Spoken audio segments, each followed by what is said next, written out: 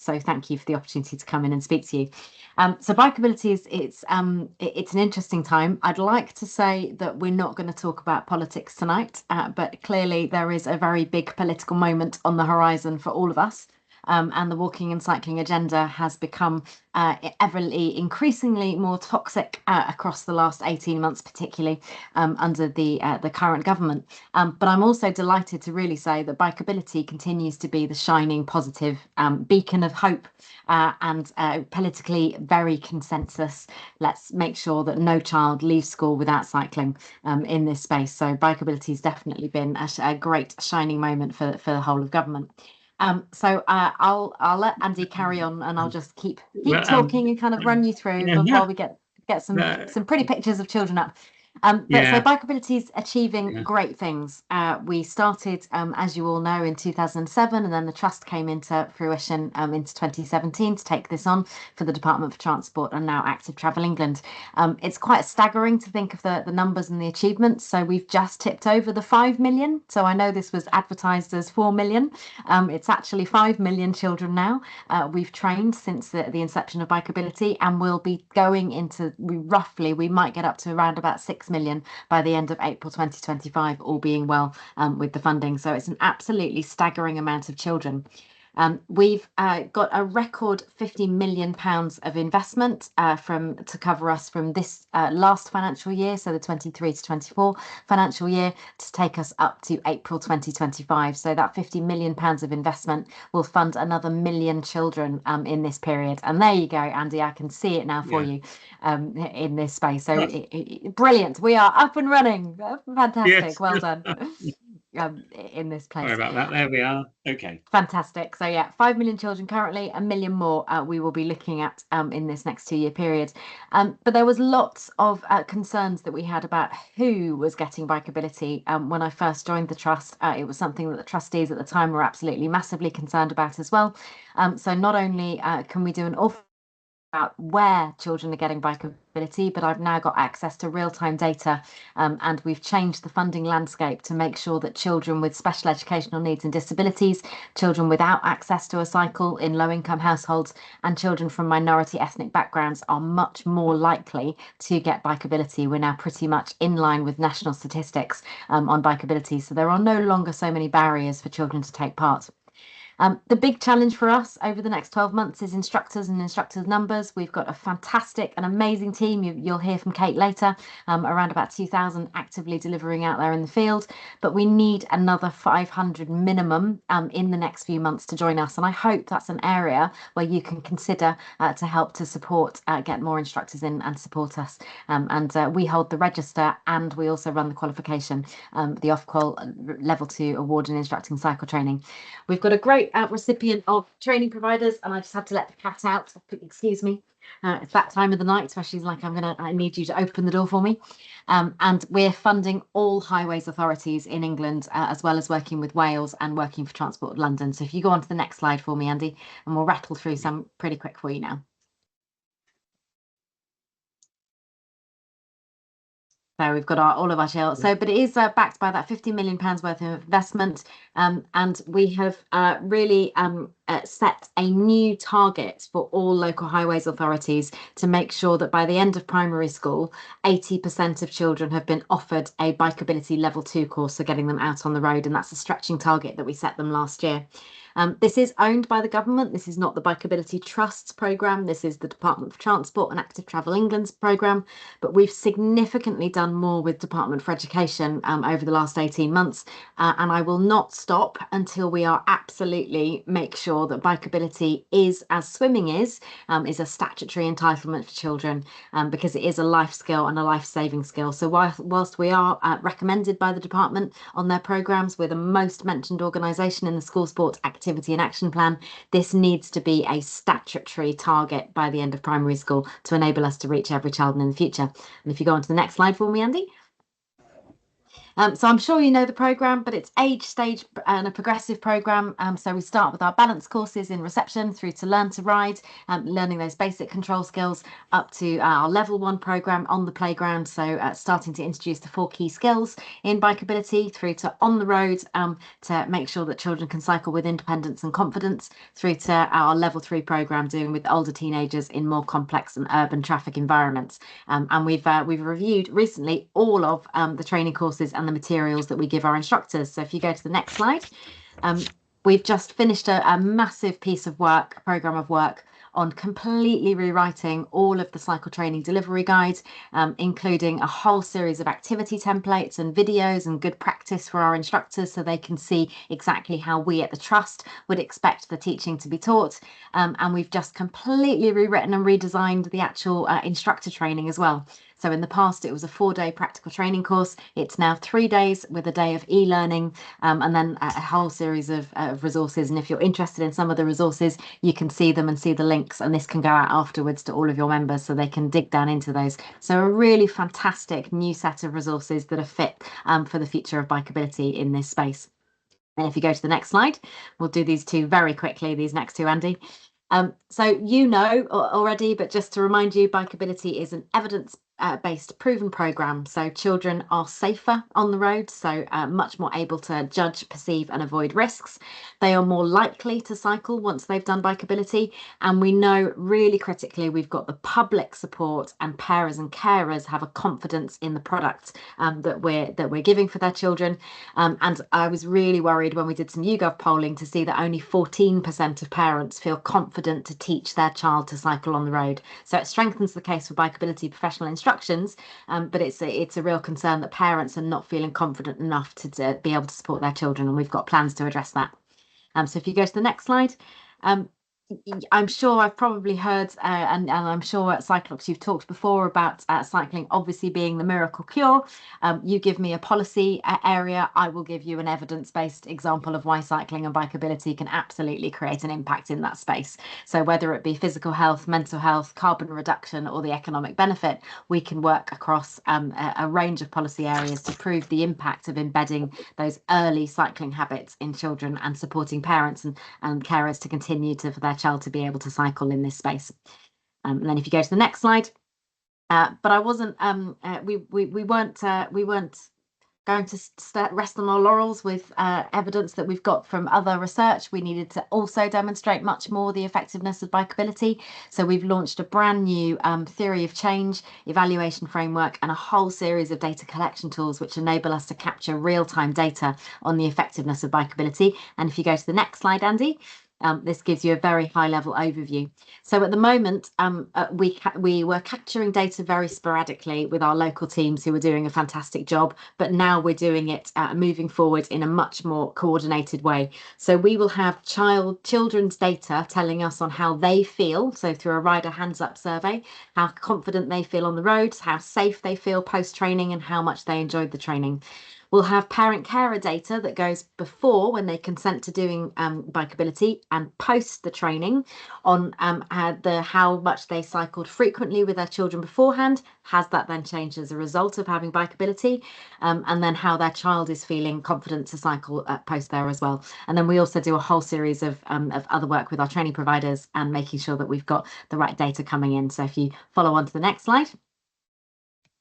But I know there were 4 big things that were going to impact our ability to deliver the pledge to reach every child by 2025 from working with all local authorities across the land. And we had to put in place about just over a year ago ways to address these things. So as bikeability is not on the curriculum, we still have resistant head teachers and schools who are not willing to allow bikeability to come in as it's not a statutory curriculum item.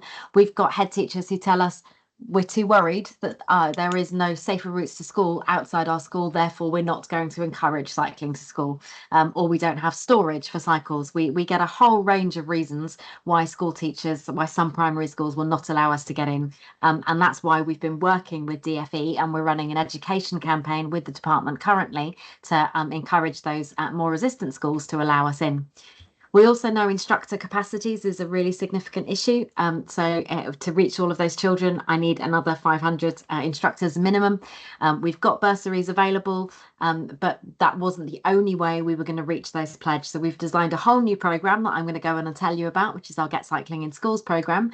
And we've also worked with every football club in the country, and we're just starting to onboard them. And I hope your Oxford clubs are going to be part of this, where we're funding them to have bikeability instructors so that they can integrate within their football activity work, cycling within the football club, and also support our local training provider to deliver more cycle courses, which is a great new way to bring in a young, diverse cohort who know how to teach children and coach children, but didn't have the cycling knowledge.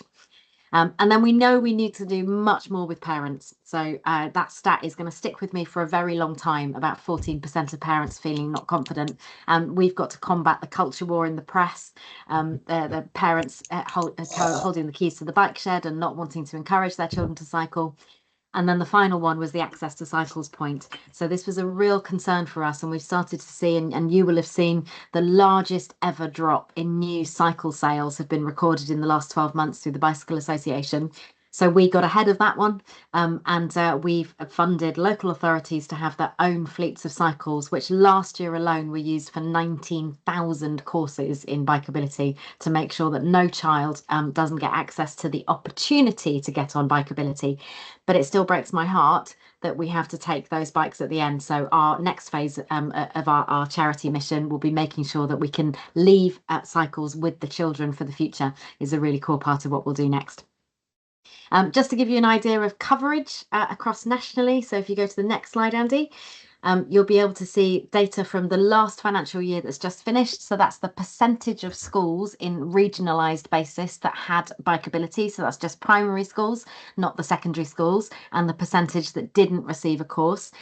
So you can see that we are absolutely by far and above the largest road safety education programme. To give you a bit of context to something like Living Street's Walk to School outreach programme, we're in about 20% of schools. Mode Shift Stars is in about 15% of primary schools. So we are absolutely the largest road safety education programme recognised by primary, but I'm not going to rest until those numbers are all green and there's no red, so that we make sure that every primary school is absolutely getting that. And then this next slide, which is not yet published data, but will be published next week. So we set last year a stretching target to our all local highways authorities of the percentage of children in year 6 to receive a bikeability course. And it's a horrible slide, which I end up doing this the whole time too, so that you can see all the different local authorities on the bottom. But the one in dark blue is where you are. So I highlighted Oxford for you. So the national average in that financial year was 51% of children. Oxford was above that, so Oxfordshire was above the national average, but sort of in the middle. But you can see, there are still a postcode lottery of bikeability. So I have to pick on poor Luton, unfortunately, because they have been the bottom of the country for 3 years now. When we look at this kind of data, so only 8% of children in Luton are getting bikeability level 2, compared to your over 60 something percent in Oxfordshire. But we're stretching all of that up across this next 18 months, and we're supporting intensively those local authorities that are achieving less than 60%, and we've given them additional flexible funding to recruit instructors, to support schools, to buy fleet bikes. We've put a lot of additional funding to really raise their ambition and address all of those key barriers in this space. But that data is being published next week because we're writing to all PPCs, sharing with them what their reach figures were and asking them to get behind local authorities and to maintain funding levels for bikeability so that we can reach every child in this next government period. But just that hasn't been published yet, so I'm just asking for a bit of caution when you share that one. And if you go to the next slide. PPC. Oh, sorry, prospective parliamentary candidate. Oh, thank you. Yeah, okay. Yeah, I went and thought of something else. Fine. Yes. Do go on. But sorry. if you carry on to the next one as well for me, Andy. So we know instructor capacity was an issue. I've also got to find economic and efficient ways to deliver bikeability. So we've trialed and rolled out in the last 2 years a brand new way to deliver our early cycling courses. So instead of our instructors going in and teaching balance, learn to ride, and what we're calling ride, which is sort of a pre-level 1 program in bikeability, we have funded directly teachers and TAs. We support them with an e-learning package and a half-day practical training course. And we also give a fleet of balance bikes and some pedal cycles to those primary schools. So they've got all of the resources to be able to integrate this within their PE curriculum. And we've already onboarded 40 local authorities, nearly 400 primary schools and nearly 700 teachers. The next phase will see another 600 schools brought on board by the end of this next financial year that we're in currently. And we're really focusing on high deprivation. Then if you go to the next phase, so next slide, as you can imagine, we've evaluated this as well, but you can see the spread of local authorities that have taken part, and I will be very much encouraging Oxfordshire to come on board with this programme in the next phase, and applications are currently open for grant recipients to express interest in coming on board on the Get Cycling programme. And then the next slide shows you the evaluation that we've had around it. So from a cost perspective, this is so much more cost effective. So currently we grant fund £28 for a balance place and £24 for a learn to ride place. This cost per child is £3.30. It's obviously a much more effective method from a cost perspective. It's a much more effective method for saving instructor time. We've saved 16,000 instructor hours by the end of this financial year. Those hours can then go into the on-the-road cycle training, which is where we want our absolutely and need our highly trained, highly professional, experienced instructors on the road to be able to do it. So not only is it cost effective, not only is it embedding a cycling culture in the school and its workforce development within the school, but it's also giving them all the tools and all the skills as well as access to pedal cycles as well in this space. So if you go to the next slide for me, there's some lovely quotes. What I've loved about hearing from some of the teachers in this space is really that point about how much they've embedded it in the school curriculum and then also used it to be able to teach children. So you get after school clubs, weekly cycling lessons. You know, ultimately we know in our Get Cycling in schools when we go back in to do a level 1 course and a level 2 course later on in life, if these children have been more regularly cycling through their early years, they're going to have much better cycle control skills and be much more enthusiastic about cycling. So it's going to have a long-term impact as well as the short-term cost impact as well to the trust. But a really, really, really great programme. Nearly there for you, Andy. So I thought you'd be interested in some of the more widening participation work that we've done. So if you skip down to the next slide as well. Again, we don't rest on our laurels. We want to make sure that that Bikeability is absolutely inclusive in this period. So we funded a whole series of widening participation projects back in 2022. We invested in 4 different areas. So how do we deliver bikeability in areas of deprivation? How do we address low take-up amongst minority ethnic groups? How do we address teenagers and teen participation? And how do we address low participation and drop-off rates in cycling in teenagers? We funded a whole series of absolutely incredible projects, and those incredible projects have given blueprints, and there's an evaluation report, which the link is on the slides later, which shows how they can be delivered ongoing. We'd love to keep funding them. Unfortunately, we've had to make some changes to the funding model, and we haven't been able to ongoingly fund some of those work. But it was a really great opportunity to address and find some different ways of delivering cycle training and getting some really successful ways in the future. But there were on the next slide four very sort of effective messages that came out of all of the work. So firstly, the reach that it gave. So 9,000 children were trained in that. All of them, we had statistically significant increases in confidence, in cycling frequency, and in safety across all of the programs, which is always great to hear. And then the 4 learnings on the next slide are really critical for all cycling programs across England. So we heard very much out of the evaluation, and you'll see that the link is there on the bottom, that the importance of engaging with community leaders, having supportive individuals in schools, offering girls only sessions, and really critical basically having maintenance sessions to make sure that if you're rolling out fleets of cycles or bike libraries, there are the opportunity for people to learn how to do maintenance or be supported by experts in maintenance to keep them on the road. So 4 really great learnings to take away from our widening participation piece.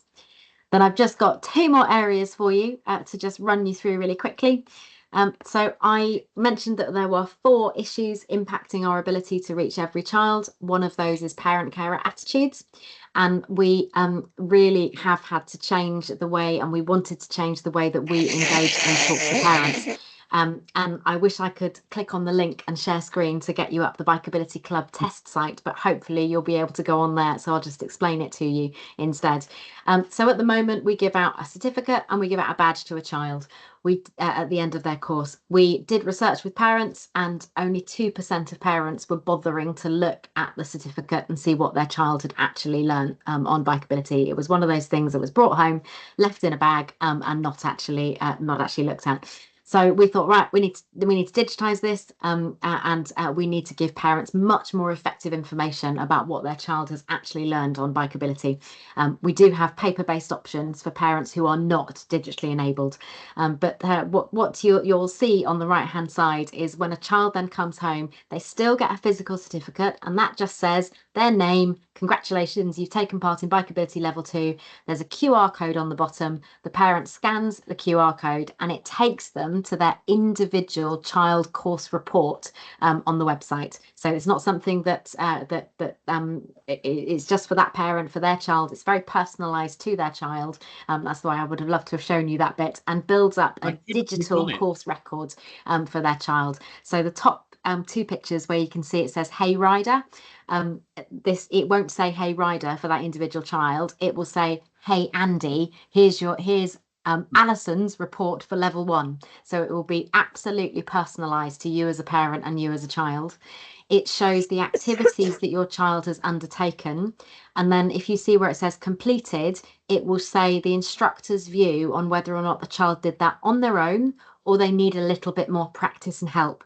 Then if the parent's not too sure what that means, if they go to more, it then pops up with a lovely little video, so the parent can understand what we mean by that. So not only are they getting to see what their child has learnt on bikeability, but they're also able to then learn the skills for themselves about how they can then support their children moving forward.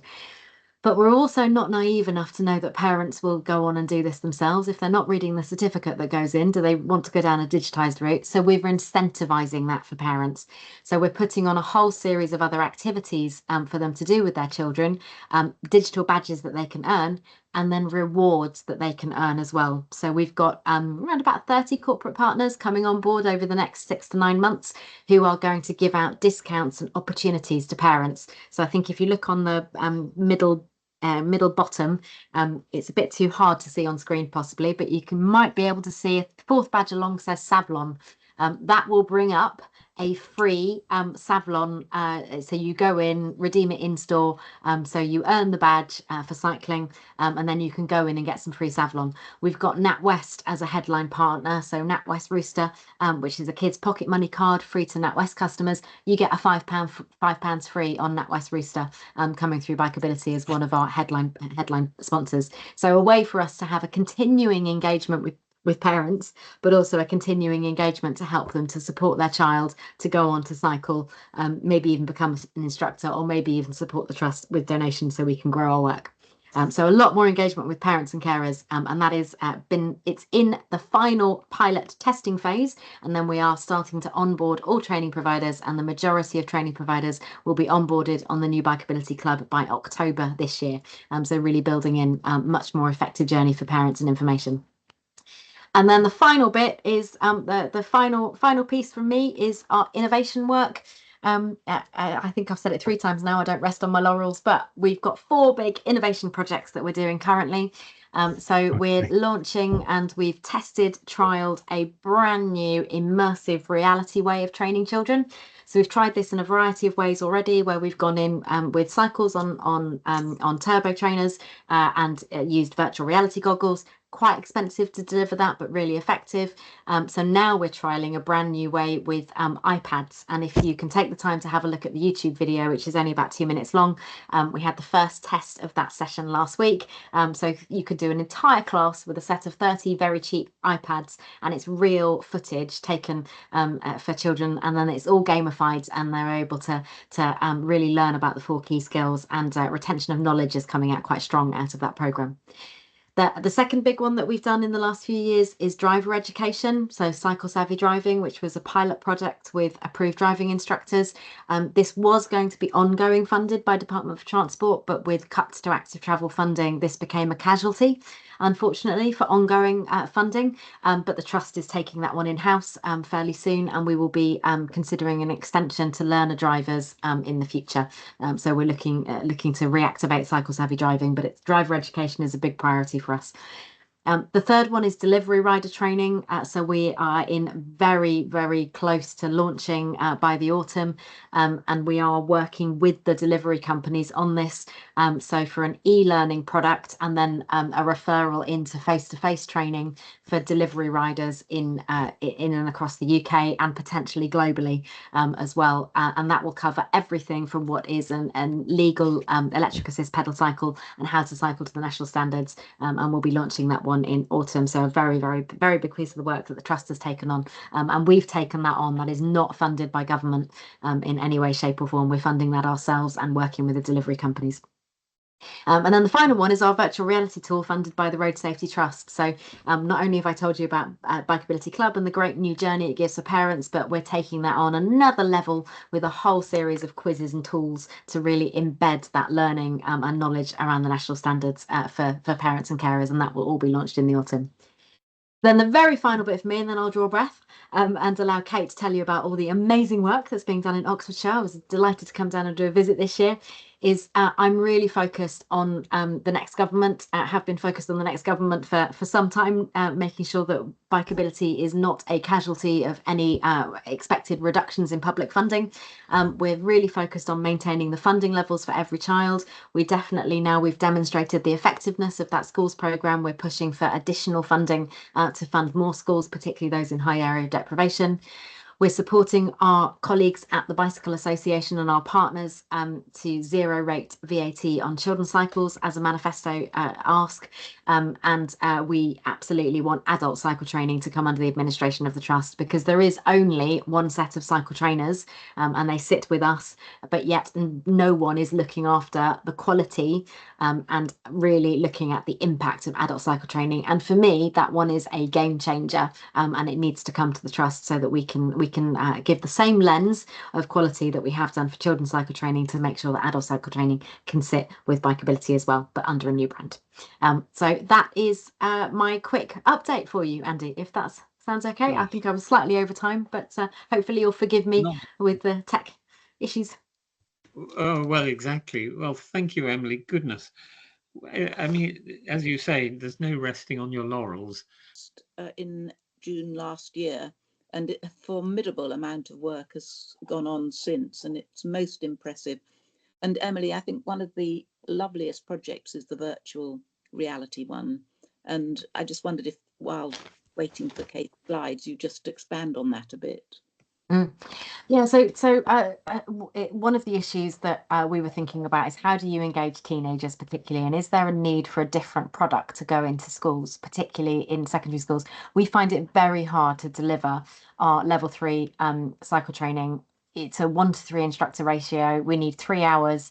So you need to take children out of multiple curriculum lessons to enable that to happen. And we're just not finding significant take up in some areas of level 3. So we started to design and think differently about, can we use a lesson-based classroom approach around immersive reality, firstly engaging in a tech that children love and get really excited about, and secondly being able to deliver a very short focused session which gives them that opportunity to recap on key skills and then get them very excited about, oh, actually I'd like to take on some cycle training in this space. So that's why we designed it. We haven't piloted it yet in a secondary school, the classroom based approach. We've tested it with primary school children last week, and it's going into its first first secondary school next week. But we're working with Mode Shift's active travel ambassadors, who are teenagers working in secondary schools, to also test it in secondary schools. And so far, they're all telling us that this is the future. They really want immersive training in a secondary school to get them excited and give them the right information about cycling, as opposed to a practical training course. But we're doing a complete review of the level 3 programme alongside this. Gosh. We may later on click on those links that you've got, but luckily I think the other way is that we can make the slides available to people who are interested, and then the links work fine from there, and we'll put it in our next newsletter. So thank you, Emily, and I do admire also, tackling the incredibly difficult business of the delivery bikes, and I think that's something that we hear so many complaints about, that they're not cycling well. So having heard at the national level what's going on, we're really pleased that Kate is going to tell us about how it feels to be an instructor in Oxford and Oxfordshire, and we're very proud to say she's also a Cyclox trustee, so doubly welcome. Kate, ready when you are, if you'd like to start. Okay, yeah, I'm ready to go. You can hear me all right? So I always think I'm exhausted. Yeah, I always think I'm exhausted when I come home from a day's delivery, but when I hear what Emily and the trust are doing, I think I've got the easier part of the bargain. I wouldn't want to swap.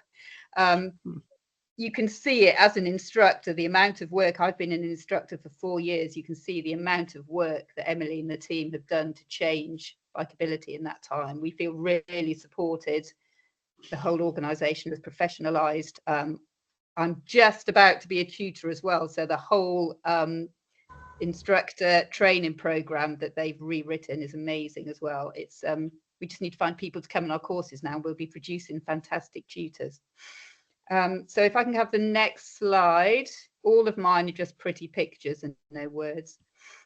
Well, no, that's me. That's not pretty. Okay, so my main provider I work for is Avanti Cycling. They're based in Reading, but we're one of the providers in Oxford as well. Our ethos is just to be the best of the best and to get as many people cycling as possible, and just to get more kids on bikes in any shape or form. Encouraging them to use bikes as transport. There's a very strong ethos in our company that instructors cycle to work. We mostly turn up on bikes. We are only paid to travel by public transport or to cycle miles. We're not paid any car travel. We're not a grant recipient, so we're not in Oxfordshire. We're not in control too much of how the money gets spent. We just have to bid per school that we go into. So any school that we're working with, we set up a course and then we bid to the county for that pot of money for that individual school. So it's a constant process throughout the year of getting a course in the school's diary, finding out how many children want to do it, and then going up to the county, who will hold the purse strings, and asking for the right amount of funding to be released down to us. So if I can have the next slide. This is one of our senior instructors. In fact, this is Chris, who is our bikeability manager. I think Emily probably knows Chris. Just say the most important thing we want children to have is fun. We are fun instructors. We're not there to shout and bark at them. We are there to build relationships very, very quickly. You've got 2 hours to get to know a child, and then they've got to trust you when you are out in the road with them. So we are building very, very strong relationships. We're allowing them to be their natural selves and have a bit of bounce or express their anxiety. And then we work with them on their own personal journey to get as good as they can be. If I can have the next slide. So this is a typical group of instructors and children ready to go out. They will be with us the way we deliver Bikeability. It's a whole single day course for level 3 or a 2-day course for level 2. The children will have an instructor, hopefully, that they're allocated to, and a group they're allocated to for the whole 2 days. They form really close bonds with each other. They're very supportive. Within that, they then set their own learning objectives. So each of those children will come from a very different place. Some of them will be riding regularly with their parents. Some of them will have borrowed a bike from us and maybe only have learned to ride the week before, or we've even taught them to ride. So each of them are going to be at a different level, but they're really encouraged just to set their own goals, manage their own achievements, and to encourage each other. And that's a really important life skill as well, that they do more than just learn how to ride on a road. They learn to be part of a team and to support and to encourage and to coach and to monitor their own performance. And it's very easy for them to see how they're improving. I couldn't stop, but now I can. I couldn't remember to always look, but now I can. And we will encourage them to self-reflect on that, and then we will give them constant praise and reinforcement as well. All of our instructors are qualified to the First for Sport national qualification that Emily mentioned. They all have first aid training regularly. They all have an enhanced DBS check, as you would expect. And they all take part in regular CPD and mentoring and monitoring. So they are constantly seeking to improve their practice. And that's one of my main jobs for the company, as well as managing Oxford City, is to do a lot of mentoring of instructors. So if I can have the next slide. So Emily quickly mentioned the way that the course works. So there are 3 different, completely separate courses. A level 1 course, which is what we're watching here, is done without traffic. So it's normally going to be in the playground of a school. And we are teaching children good bike handling skills. And it's something we can all practice. I always say to children, I'm still getting better on my bike. I'm still practicing how long I can stay stopped or slow without putting my feet down, how well I look behind, how well I can ride one-handed. So here, this is normally the first exercise we do with them. We tend to be slightly more, I'm going to say, chaotic and structured than some providers. We will just say, get on bikes, ride around the playground. You've got 2 rules: don't crash into anything, don't crash into anyone. So that's what they're doing here. If you look at all the riders and look at what their heads are doing, you can see their heads are all pointing in different directions. It's really teaching them to be aware of what's going on around them. Hello. And then we can pull them back in and say, were you looking? Why didn't you crash? We looked, we told somebody what we were going to do, we steered. Really, really important skills. So if I can have the next slide. Oh, thanks. Yeah, just get minutes in 5 minutes or whatever, but it's a mixture of and within that, the skills we're teaching them, the main learning objectives are to be able to start their bike in a nice powerful position with their foot. You see the lad in the foreground, he's got his foot set on the pedal ready to push off. It's transformational if you can always start off your bike quickly. We teach them to steer with more and more control. You might set them up with a slalom course. We do an exercise where they all ride in a circuit, and one at a time they've all got to weave around all the other riders in front.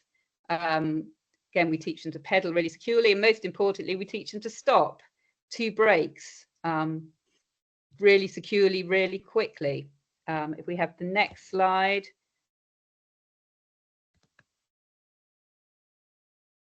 And as I mentioned before, we teach a lot of self-reflection. Celebrate your own success. Every time we stop them, we'll get each individual to rate their own performance. How are you doing? What's your next step? How can you improve? And also, I will get them to rate me. How am I doing as an instructor? How's the pace? Are you included? Are you happy with what I'm doing? You know, really feedback. So it's a very integrated approach, what we're doing. And the next slide. And most of what we teach is looking. It's never too young. This is a little girl that I used to childmind. She's already looking over her shoulder to find out what's going on. We do lots of exercises to teach children. You have to know what's going on behind. I think a lot of adults could learn this as well. So another slide. lots of looking behind before you set off. We make sure that it becomes a habit. Don't move until you've looked behind. And another slide. And this is putting it all together. So this is what I was talking about. This is a group of children who are riding around in a circuit. The lad with the light blue turquoise helmet is weaving between all the other riders. He has to call out their names. They have to look behind at him. Then he tells them, I'm passing you on your left, I'm passing you on your right. And we'll do it at increasing speed. So really putting those skills into a sequence. You have to look, you have to communicate, and you have to do it over and over and over again. So before they've left the playground, they've got a lot of skills already embedded that are just useful skills. If you never ride on a road, they're useful skills to have. They're useful skills for a pavement. And the next slide, please.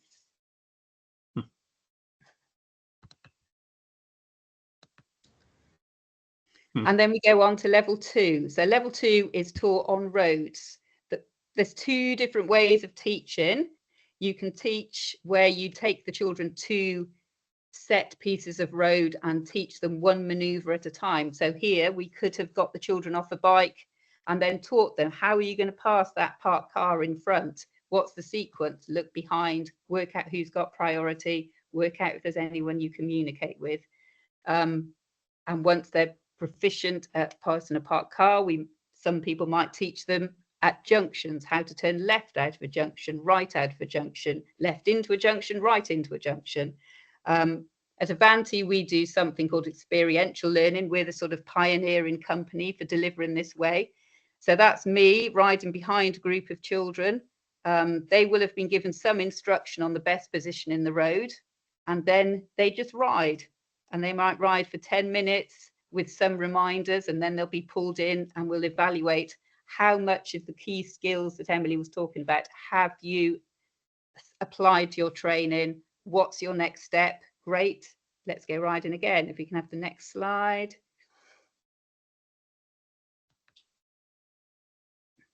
So again, the instructor's right at the back. She is watching this presentation, so I'll just say that's Yuri doing an amazing job. And she's confidently letting these cyclists who have been riding a bit longer make their own decision. They're riding, they've chosen their position, they're going to stay riding in that primary position in the middle of the lane, and they are confidently making eye contact with the bus driver who's pulled into a stop and making the bus driver wait while they cycle past. And what a boost to their confidence and what a boost to their cycling skills that they're allowed to make these decisions by themselves. Obviously, if there is a critical point ahead, Yuri would then ride forward to where the pinch point was, deal with it, and then drop back again. But more and more, we're going to be pulling back and letting them make their own decisions. Because by this time, they are applying the systematic routine that you can see written there. They make good observations. They've chosen a really good position there. If necessary, they communicate their intent there. They're just communicating, we're coming through this gap, you are waiting. And they understand the priorities. We do have priority over this bus. It might be big, but it's our right of way, and they're just going for it. The next slide, please. And here's a confident group of riders who are now being allowed to approach traffic lights. They were turning left at the traffic lights. They've selected their lane. The instructor is managing the car that's behind, making sure that they are giving lots of space to the cyclists, and then she will join them at the traffic lights before there's a green light to assist them through it if they need it. But the plan would be that they make those decisions completely by themselves. So the next slide. Okay, so Emily talked a bit about increasing participation in cycle training. So it's all very well, we're giving all the children that you just saw a wonderful experience, but what can we do to help the ones that miss out for certain reasons? So this is me with some of our bikes. We, again, as Emily says, we have our own company bikes. They're not local authority ones that we store, maintain, and then we deliver at cost to schools for children who don't have bikes to borrow. And because we're trying to be as sustainable as possible, we deliver them by cargo bike. So the Oxford cargo bike has a trailer attached to it, which can carry 4 bikes. If we see the next slide. The Reading bike can carry 8 bikes, slightly bigger e-cargo bike and a slightly bigger trailer. And we get as many bikes to school as possible that way. And the next slide. As much as possible, we fix bikes as well. So we might run a doctor bike session in advance of cycle training, or if a child turns up on the day for cycle training and their bike is fixable in the next 5-10 minutes, we will do our level best. Quite a lot of instructors are trained mechanics as well. That's Greg, who owns Avanti Cycling, fixing a bike to get as many people participating in the cycling as possible. And next slide. And also let's share those skills to children. So that's a child being supported to learn how to fix her own bike. Skills for life. There's a lot of things children can do from an early age, and we encourage them to check their own bikes over. That's part of the training. And if it's a minor adjustment, you know, have a go at doing it yourself. And the next slide. So here are some of the things that we can do to improve engagement. We do minor repairs. We loan bikes. We could try and do a doctor bike a week before if we have capacity. Provide them with clothes. Let's not get a child not coming out because they've got cold and wet. We go into school, we talk in assemblies and promote cycle training, get the kids excited, get them to go home and make sure their parents sign them up. If we have a cycling champion in the school who is regularly having conversations with parents, taking away some of that parental fear that Emily talked about, engaging the reluctant heads, explaining why it is so important. Children, we don't have a lot of capacity for learn to ride sessions. It would be great to have the school training sessions that Emily was talking about. It's again, because we're not grant recipients, we can't sort of control that. We do have some schools where people go into the school and do learn to ride sessions and run a bike library in a school. I'm now going to talk about one of our flagship schools here, St Ebbs, who have a school street, which again is another thing that transforms the amount of cycling to school. It's now seen, as Emily said, parents or schools don't see it as a thing that children can cycle to school. If you've got a school street, you definitely can. In St Ebbs, they had a cycling champion. Laura, again, is in the meeting, so she might speak later. Laura has taught every child in St Ebbs Primary to ride a bike, and then I'm going to go in and do a level 1 and 2 session with them before the end of this school term, because there are children there who said, I want to ride to secondary school. They didn't have a bike. They couldn't ride a bike. We've given them a bike. Laura's taught them to ride. I will teach them to do level 1, level 2, and I will make sure I've ridden them to their secondary school so they know the route. How transformational, they're now independently getting themselves to school. But all of those elements need to be in place to get some of these children riding. It's a massive, massive ask. And as Emily said, there's a massive shortage of instructors. Our company has 1.5 instructors currently working in Oxford City, and a few others working in non-bikeability roles who are absolutely amazing, doing such a good job. We are so short of instructors. Okay, next slide.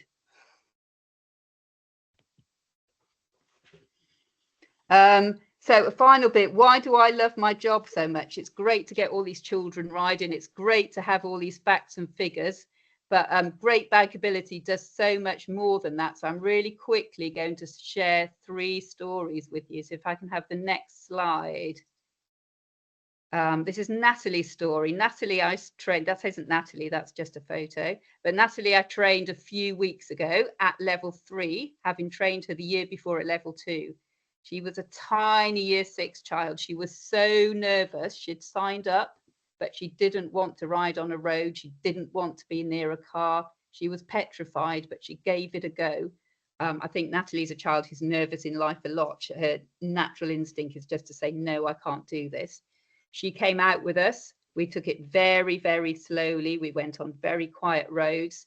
She was coached and supported by my co-instructor, Austin, who was amazing. He encouraged her. He rode in front of her. He was looking behind and calling her on. He rode alongside her. He rode behind her.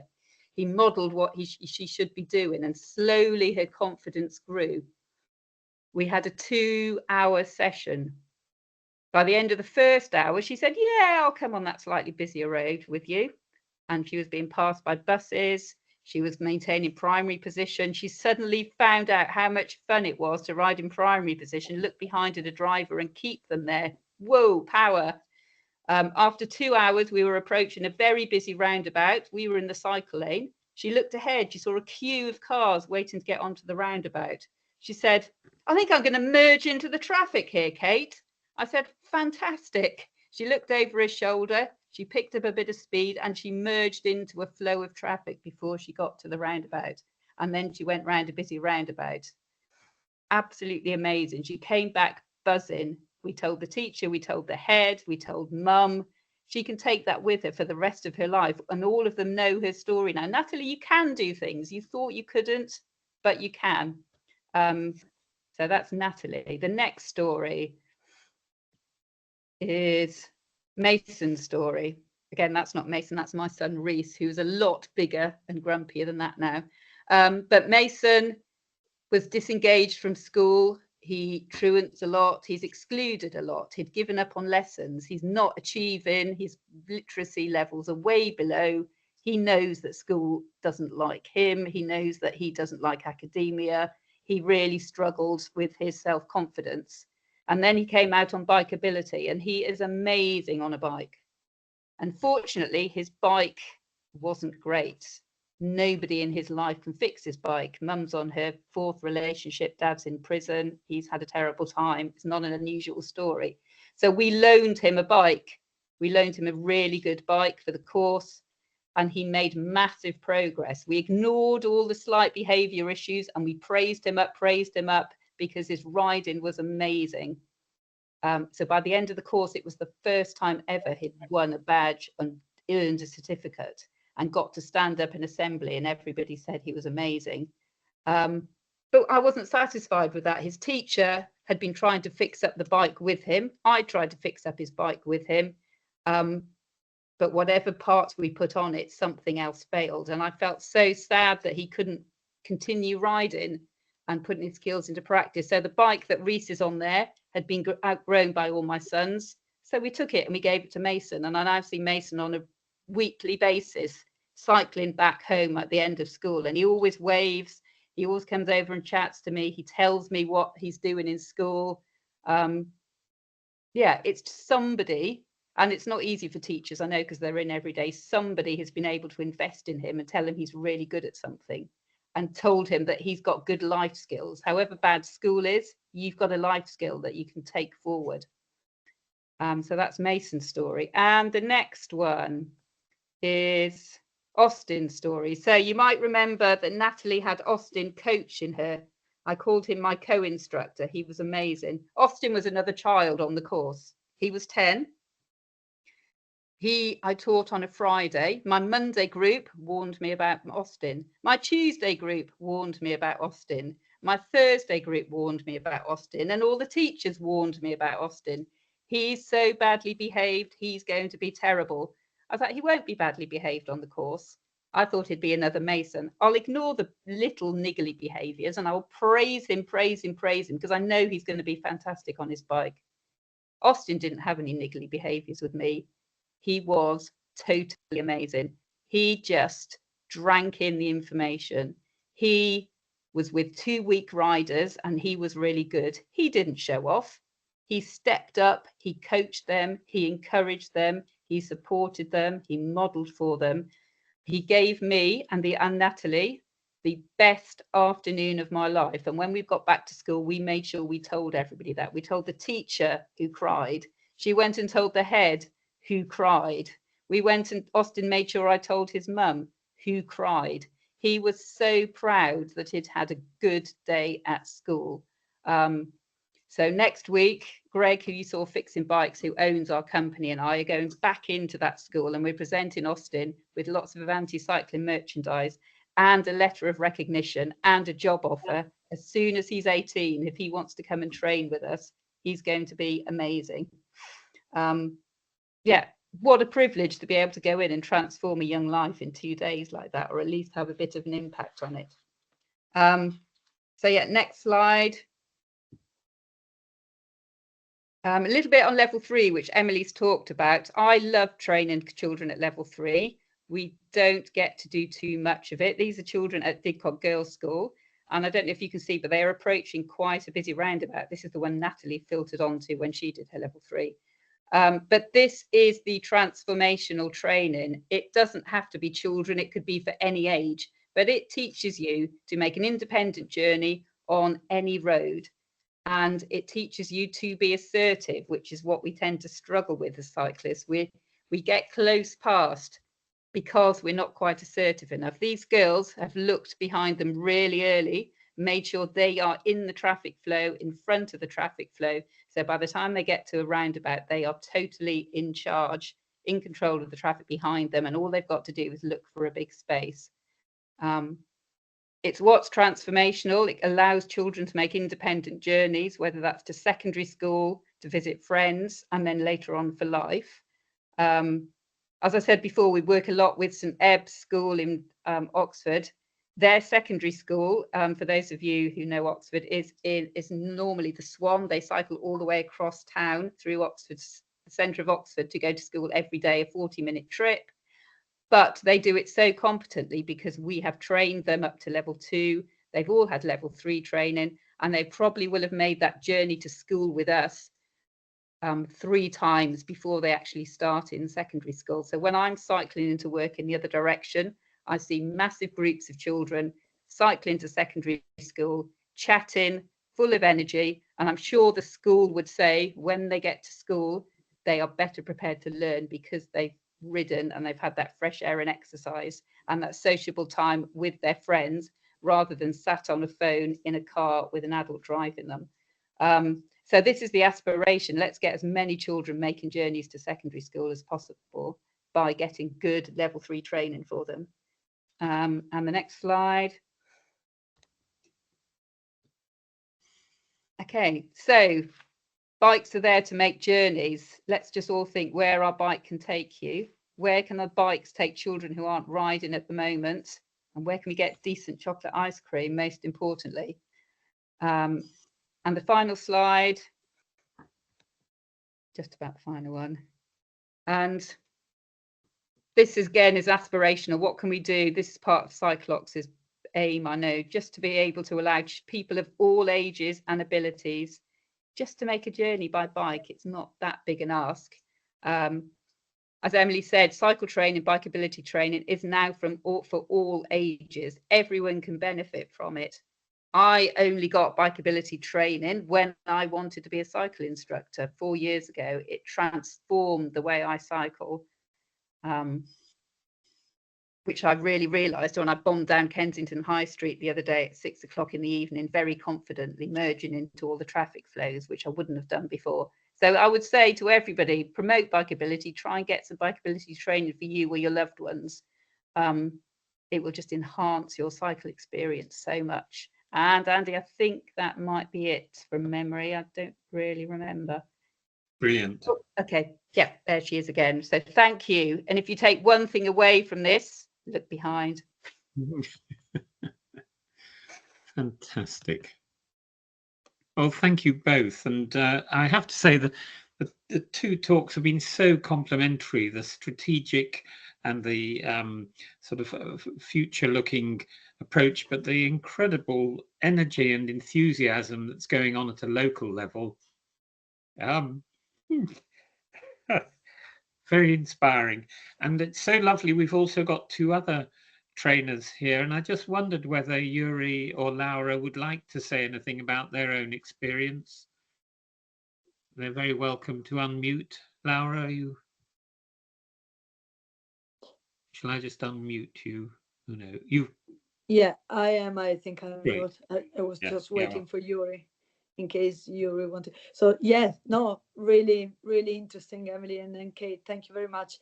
Yes, I mean, there is so much to comment on, honestly, but I would say,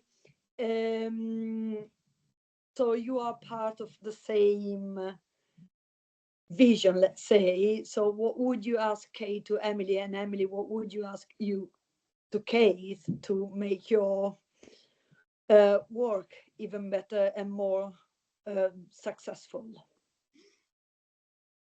What would I ask Emily?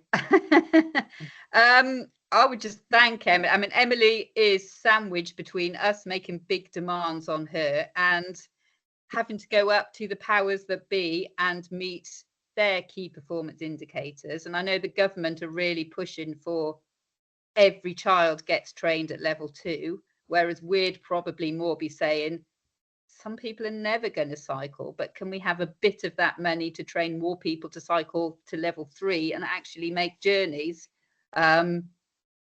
And I know Emily's heard that argument lots of times before, but there's only so much she can do. She's a much better politician than me, and she's much more able to kind of change what we're saying. She can listen to what we're saying, and she can change it into a way that politicians can hear and make incremental changes, hopefully. I would love to say that I had the political skill to secure enough funding for every child to have a balanced learn to ride level 1, level 2, level 3 course.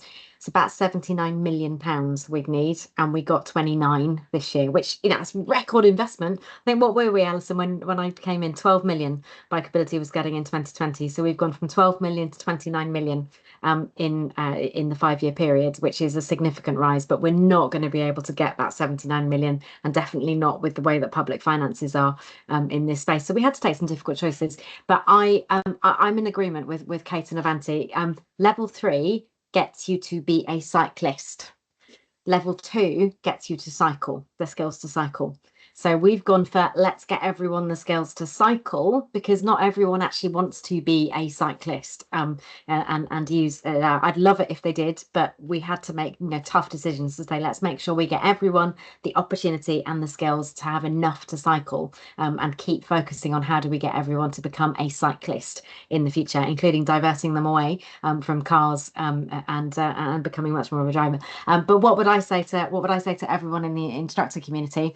And I'm sure, Laura, we haven't had the pleasure to have a proper chat about things, but there's lots of good things about my job, lots of great things, but the best thing is getting to say thank you to the instructor community, and that's the bit that I absolutely love to do. So the thing that I want to say to every single instructor is just thank you, because you're the ones that are the inspiration. You're the ones out there changing lives for children and for families and for adults and communities and being the role model. I don't have to ever go and see another child learning to cycle. The bit that inspires me is getting to say thank you to the instructors, because it's the lives that you're turning around is the most important thing to me. So the best thing you can do, doing it and keep doing it and keep doing it, and get every child, so that we can stand there to politicians and say bikeability works. Bikeability is changing things for the future for children, and if you invest in us, we will deliver. And that's what the instructor community were doing for us.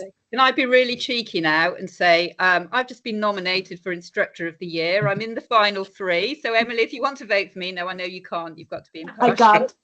But you will notice, Kate, I have shared People's Choice Champion in the chat. So get liking and sharing on Facebook, folks. So yeah, please vote for me as People's Champion on the Bikeability Facebook page. As ever, it's one of the very stressful parts of the job, because the nominations we get, oh my goodness, so many deserving individuals, including you, Kate, very much so. Would other people like to comment? They may have had children go through the program, or in particular may be interested in adult training, which I think is one of the, in a way, something that Kate is an evangelist for. You know, children we can all see, but do any of the audience, would they like to make any comments? Just unmute yourself. Well, I was just going to say, actually, can you hear me?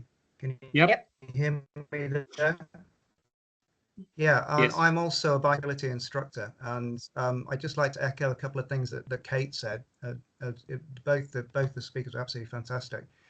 When Kate said that the training that she did to become a bikeability instructor changed the way that she cycled, and that was exactly my experience as well. I've been cycling for many years, but I learned such a lot becoming an instructor. And the other thing that struck me was the children are just such a joy to work, and they are inspiring, really. And I'd never worked with children, and I was really out of my comfort zone when I first did my training. But they're the joy of the job, and you see them learning. You see them at the end of the level 2 course. You see with growing confidence and skills on the road, and it just makes you want to go back and do it again. It's a very worthwhile occupation if anybody's thinking of doing it. I'd really love to see more young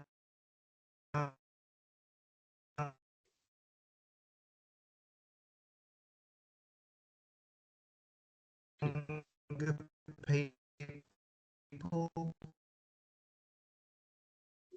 How funny. It's just faded out then, David. It's come back.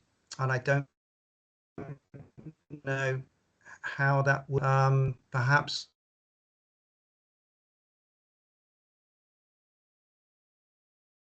about trying to get more younger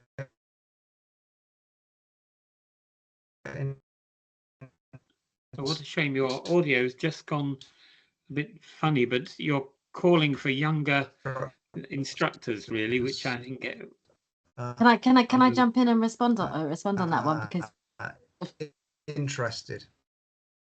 Firstly, I think we need to record, David, when the internet's not so glitchy, doing a recruitment campaign for instructors, because that was a great pitch there. Okay, well, But in terms of younger instructors, David, totally agree with you. It's exactly why we've launched the recognised prior learning route for sports coaches. So trialling that with football. The first clubs that we've piloted that approach in has been the youngest cohort of bikeability instructors ever trained. The ceiling age was 19 in all the coaches that we've trained so far. They've all been kind of 17 to 19, all looking for part-time employment within within bikeability as well as working in football. So it's definitely a part of bringing in young, diverse, enthusiastic coaches is working with sports clubs is part of the strategy moving forward. But yeah, I need to record David giving the plea to become an instructor, because that was a really impassioned and brilliant speech there, David. Well, thank you very much. Kate, you're muted. Are you? Yuri's got her hand up, Andy. Oh, thanks. Yuri, unmute. Yes. And tell us. Hello. Yes, well, I just wanted to say that I also second what Kate and David said about how much doing the bikeability training has changed the way I cycle. And with that it comes my question that I cycle in primary position most of the time. And every day I have to encounter a driver passing very close and making a terrible noise. I really wish that that drivers would be more aware that it is absolutely permitted for the cyclists to do that.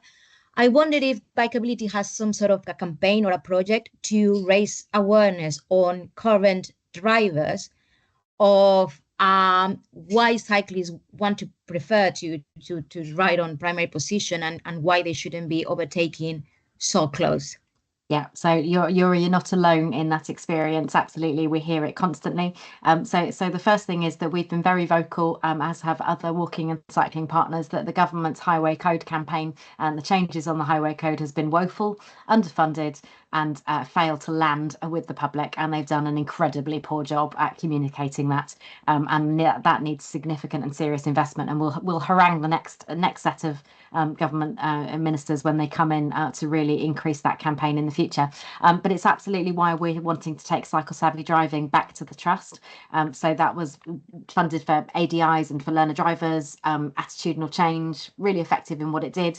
The next phase of that work, we've already started conversations with police and other authorities to particularly target motorists who've been caught for driving offences against cycling. Now that's after the fact, and they've done it. So combined with Let's campaign on highway code and getting a proper clunk click style national campaign on highway code changes in that cycle savvy driving, and also we're all hopeful there'll be a little bit less hostility in the press. Now we'll have a hopefully change in government in the coming months on active travel, because that has been perpetrated particularly by Number 10, and you can quote me on that these days. So it's been a difficult period for the world of cycling under the current Prime Minister. Well, thank you all. Are there any other questions? Do just put your hand up or speak And out. can I say something else about adult training? Because I just had one of the most inspirational days at the Trust last week. So we did this in London, but we'll be looking to work this out across. We've just launched a cycle champions network across the whole of Whitehall. So we offered every single government department and all civil servants working out of Whitehall were offered a cycle training taster day. And we took down all the Trust instructors and a few more in this space, and myself. We did beginner training, we did urban cycling, we did ride leader training, and we also took our virtual reality tool in, and we also took Cycle Connect, which is a loneliness project in as well, of two side-by-sides bits together. 60% of the 105 instructors that joined us, 105, civil servants joined us that day, were all beginner cyclists. They were largely women in their 30s to 40s who had children who'd learnt to cycle through Bikeability, but because they didn't have Bikeability themselves, could not cycle their children to school because they'd never cycled. I saw successive women after women walking up to us, nervous, not able to pick up a cycle. Every single one of them within an hour period was cycling back down the Mall and Horse Guards parade after an hour with the instructors. So we've now got a Whitehall department cycle champions who we'll be working with. We'll repeat that annually, probably 6 monthly. We're then going to take it out to the rest of the Whitehall estate. Employer cycling options has to be the future, and that's part of our future strategy, because it changes lives. Yeah, Thank it's you. what we've been talking about doing in Oxford. We just need to find more instructors now. It's the same perennial problem. So if anyone knows of any people who want to train as an instructor, I am running a course in August. So come back to me. We will publicise it. And I should have mentioned it at the beginning, but Emily did just happen to ride from London to Brighton only 2 days ago. Am I right? So she practiced what she preaches, and congratulations on that. And I hope Ditchling Beacon was kind to you.